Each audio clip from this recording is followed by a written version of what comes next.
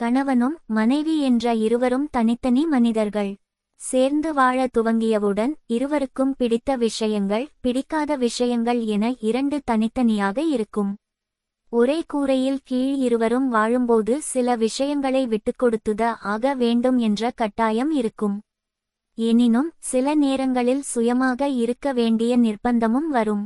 எனவே இரு தனிநபர்கள் சேர்ந்து வாழும்போது அடிப்படை அன்பு காரணமாக இருக்க வேண்டுமேயொழிய சமூகத்தின் நிர்பந்தம், குழந்தைக்கான வாழ்க்கை என்பது இருக்கக்கூடாது.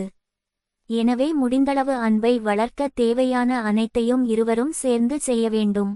அந்த அன்பு குறையும்போதோ அல்லது வற்றும்போதோதான் பிரிவு என்பது ஏற்படுகிறது. எனவே அன்பை குறையாமல் பார்த்துக்கொள்ள என்ன செய்ய வேண்டும்?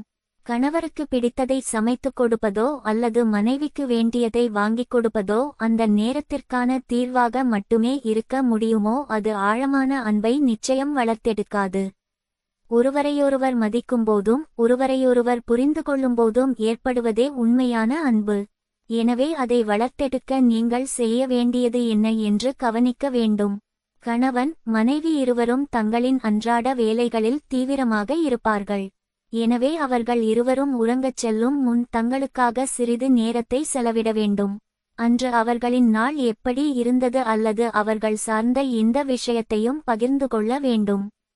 அப்போதுதான் இருவரிடையே நெருக்கம் அதிகரிக்கும். படுக்கையறைக்குள் சென்றவுடன் அவர்கள் ஒருவரையொருவர் கட்டாயம் கட்டிப்பிடிக்க வேண்டும். இது அவர்களின் அன்பு ஆழமாக உதவுகிறது. அந்த காலம்போல் வெட்கப்பட தேவையில்லை. எனவே கட்டிப்பிடித்தல் என்பது அன்பின் வெளிப்பாடு. குழந்தைகள் இருக்கிறார்கள் என்றெல்லாம் பார்க்க தேவையில்லை. குழந்தைகளுக்கும் கட்டிப்பிடித்தல் என்பது அன்பின் வெளிப்பாடு என்று சொல்லிக் கொடுத்து வளர்க்க வேண்டும். இரவில் மனைவி அவரின் கஷ்டங்களை உங்களிடம் பகிர்ந்து கொள்கிறார் என்றால் கணவர் அதை கவனிக்க வேண்டும். ஏனெனில் திருமணமாகி ஒரு பெண் ஒரு புது இடத்திற்கு முற்றிலும் வருகிறார் என்றால் அங்கு அவருக்கு நிறைய பிரச்சனைகள் இருக்கும். எனவே அவர்களின் பிரச்சனைகளை காது கொடுத்து கேட்டு அதற்கு தீர்வு காண முயற்சிக்க வேண்டும்.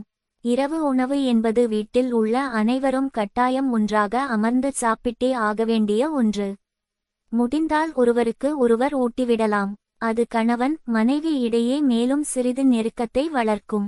தூங்குவதற்கு முன் கட்டாயம் உங்கள் இணையரின் ஆசைகளை தெரிந்து கொள்ள வேண்டும். குறிப்பாக நீங்கள் உடலுறவில் ஈடுபடுகிறீர்கள் என்றால் உங்களுக்கு என்ன தேவை என்பதை இருவரும் பரிமாறிக்கொண்டு அதற்கு ஏற்றாற்போல் உங்கள் வாழ்க்கையை இன்பமாக்கிக் கொள்ள வேண்டும். கணவன் மனைவி இருவரிடையே ஏற்படும் பிரச்சனையை இருவருமே பேசி தீர்த்து கொள்ள வேண்டும். இருவரிடையே பெரிய பிரச்சனைகள் என்றால் வீட்டில் பெரியவர்களுடன் கலந்தாலோசிக்கலாம். நிச்சயம் அதற்கு ஒரு தீர்வு கிடைக்கும். அன்பை அதிகரிக்கும் அத்தனையும் செய்ய வேண்டும். எனவே கணவன் மனைவி இருவரும் ஒருவரையொருவர் மதித்து வாழ்ந்தாலே